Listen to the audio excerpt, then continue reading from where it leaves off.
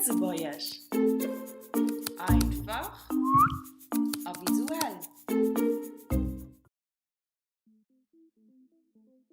Den Regel. Ich sinn de Piet. Ich sinn den David.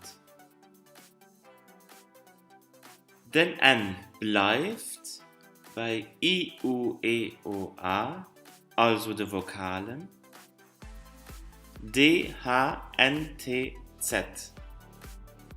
Oder United Soha. Den N geht fort bei all den anderen Konsonanten.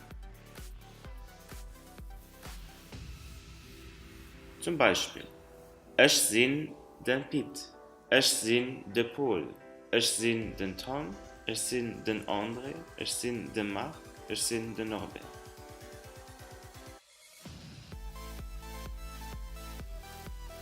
Piet, den N geht fort. Paul, P, den N geht fort. Tom, T, den N bleibt.